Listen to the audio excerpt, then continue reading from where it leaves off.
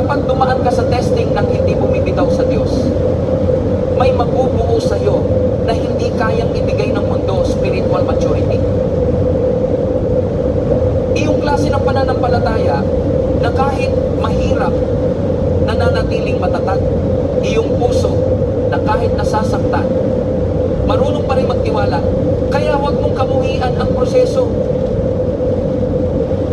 Huwag mong sayagin ang pain sa pagreklamo lang. Tanungin mo ang Diyos, Lord, ano ang gusto mong ituro sa akin sa season na ito?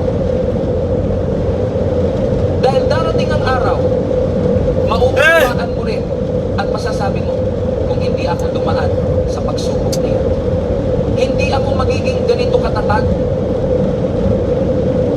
hindi ako magiging ganito kalapit sa Diyos. Ang problemang akala mo sisira sa iyo, maaaring iyon mismo ang ginagamit ng Diyos para buuin ka. Mga kapatid, may mga pagkakataon sa buhay na tatawagin ka ng Diyos sa isang bagay na hindi mo pa nagagawa dati. At doon nagsisimula ang unang test ng faith, ang what test? Lord, ano ito? Bakit ako?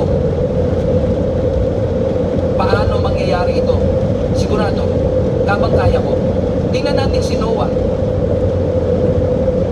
Isang ordinaryong tao na biglang kinausap ng Diyos at sinabihan, build an ark. Ngayon isipin ninyo ito, wala pang ulan noon. Walang concept ng flood ang mga tao. At ang pinapagawa pa ng Diyos kay Noah ay isang napakalaking barko sa tuyong lupa. Can you imagine how ridiculous that looked?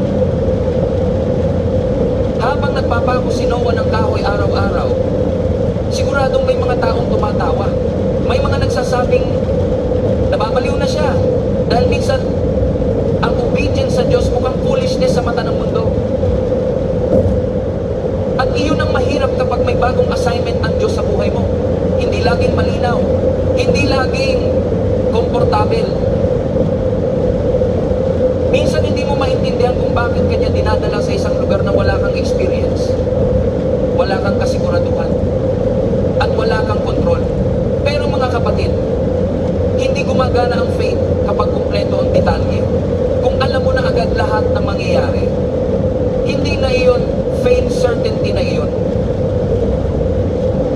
Ang faith ay kapag sinabi ng Diyos na go, kahit hindi mo pa nakikita ang buong picture. At baka may mga tao dito ngayon, nasa what season kayo, binibigyan kayo ng Diyos ng bagong responsibility.